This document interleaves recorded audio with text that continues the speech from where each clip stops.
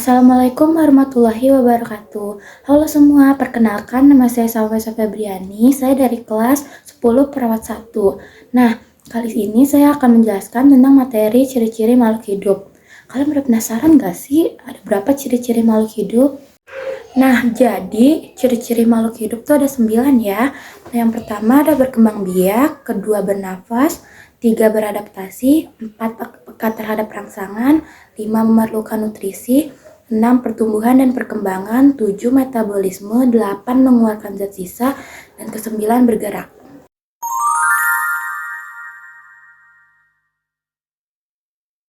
Yang pertama berkembang biak. Jadi berkembang biak itu apa ya? Berkembang biak adalah cara makhluk hidup untuk membuat keturunan. Kalau manusia sama hewan tuh gimana cara berkembang biaknya? Kalau manusia dan hewan, cara berkembang biaknya dengan cara bertemunya sel sperma dengan sel telur atau sel ovum. Cara berkembang biak manusia tuh caranya melahirkan. Kalau hewan caranya ovipar yaitu bertelur, vivipar beranak, dan ovovivipar bertelur dan beranak. Jadi tumbuhan terbagi menjadi 2 cara untuk berkembang biak, yaitu vegetatif dan generatif. Vegetatif dengan cara tidak kawin atau tidak memerlukan kelamin jantan dan betina. Namun terbagi lagi menjadi 2, yaitu ada yang alami dan buatan. Jadi yang alami ada tunas, ada umbi, ada stolor, ada rhizoma.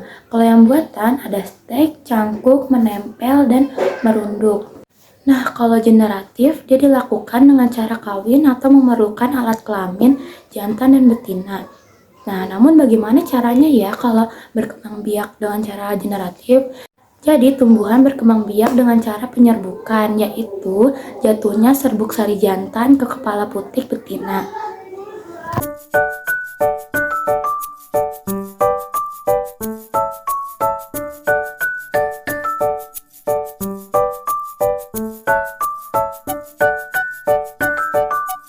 Setelah pengertian tentang ciri-ciri makhluk hidup yang pertama, berkembang biak, di sini kita akan membahas yang kedua yaitu bernafas. Nah, pengertian bernafas itu apa ya kira-kira?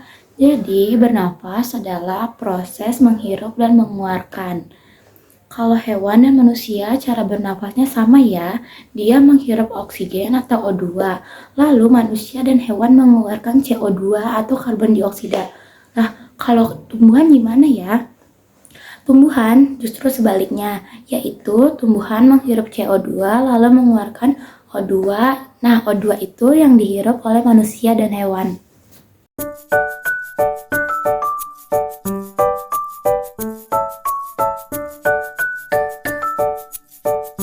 Setelah bernafas, yang ketiga ada beradaptasi. Beradaptasi adalah penyesuaian diri terhadap lingkungan yang berfungsi untuk bertahan hidup. Beradaptasi terbagi menjadi 3 bagian, yaitu ada morfologi, fisiologi, dan tingkah laku. Nah, yang pertama ada beradaptasi morfologi atau bentuk tubuh, yang dimana setiap paruh burung kan berbeda bentuk ya, ada yang kecil, ada yang besar. Nah, yang kecil tuh untuk memakan biji-bijian dan yang besar memakan daging. Nah, itu semua berbeda karena jenis makanannya masing-masing. Dan juga seperti mulut serangga, ada yang penjilat, ada yang penghisap, dan ada yang penggigit. Dan juga ada cakar hewan yang berbeda ya ukurannya. Itu semua karena jenis makanannya yang berbeda. Yang kedua ada beradaptasi fisiologi atau dalam, seperti gunung. Gunung adalah dataran tinggi, yang dimana dataran tinggi lebih banyak mengikat oksigen. Nah, yang ketiga ada tingkah laku seperti beruang yang tidur sepanjang hari yang disebut dengan hibernasi. Dan ada autotomik yang dimana cicak memotong ekornya sendiri untuk menyelamatkan dirinya.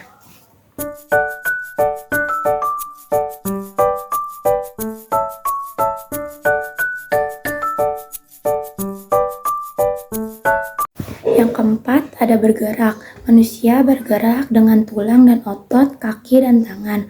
Kalau hewan ada aves, amfibia, reptil, pisces, sama mamalia. Bergerak hewan yang pertama aves atau bergerak menggunakan kaki dan sayap seperti burung. Yang kedua amfibia yaitu hewan yang hidup di 2 alam yang bergerak menggunakan kaki dan perut. Yang ketiga reptil adalah hewan yang melata. Yang keempat, Pisces, yaitu ikan. Yang kelima, mamalia, bergerak menggunakan kaki, sayap, sirip, dan ekor. Cara bergerak tumbuhan ada dua, yaitu bergerak lewat dalam atau luar. Kalau dari dalam, yaitu bergerak melalui dalam tubuh tumbuhan itu tersebut. Bergerak tumbuhan dengan cara luar, ada terkena cahaya matahari, sentuhan, gravitasi, air, dan pupuk.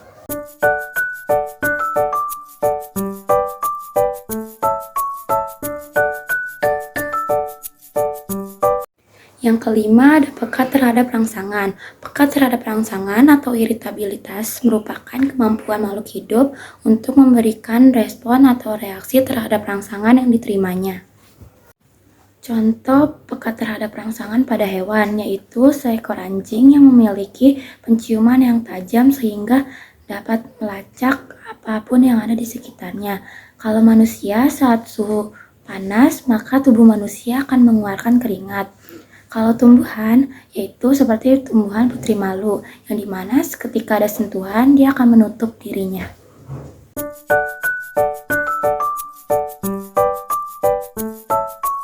Yang keenam, ada memerlukan nutrisi atau memerlukan makan, yang berfungsi untuk bertahan hidup dan menambah energi. Seperti manusia memerlukan karbohidrat, protein, vitamin, mineral, dan lemak.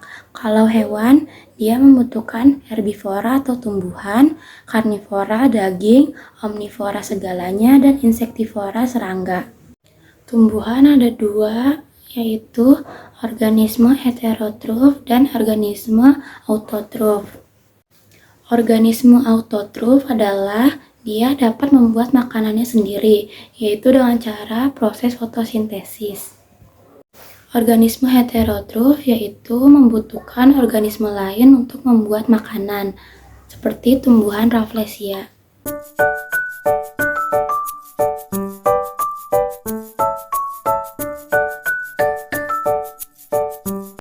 Yang ketujuh, ada mengeluarkan zat sisa. Pada manusia, mengeluarkan zat sisa sama juga disebut dengan sistem ekskreksi. Contoh mengeluarkan zat sisa pada organ tubuh yaitu ginjal mengeluarkan urin, paru-paru mengeluarkan CO2, dan hati mengeluarkan empedu, kulit mengeluarkan keringat. Kalau tumbuhan mengeluarkan zat sisa dengan cara melakukan proses fotosintetis lalu mengeluarkan O2.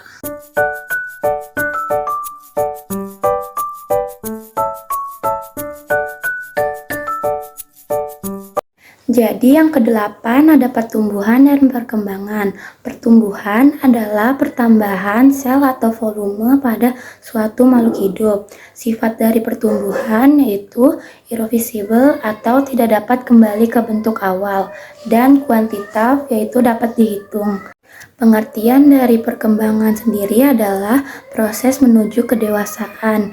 Sifat perkembangan adalah reversible yaitu dapat kembali ke bentuk awal, dan kualitatif yaitu tidak dapat dihitung.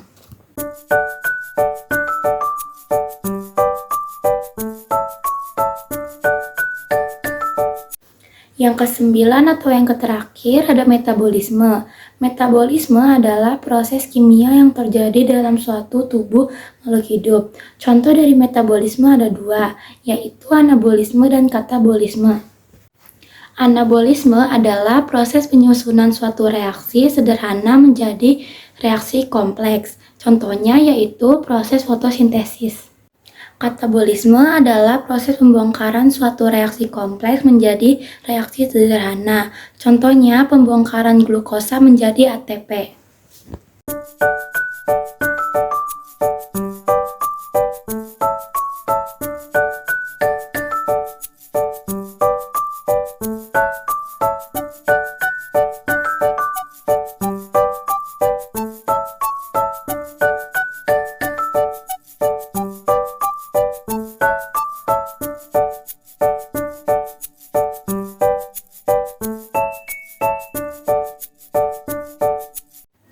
Baik, segitu dulu penjelasan materi ciri-ciri makhluk hidup dari saya. Saya Sofia Febriani. Wassalamualaikum warahmatullahi wabarakatuh.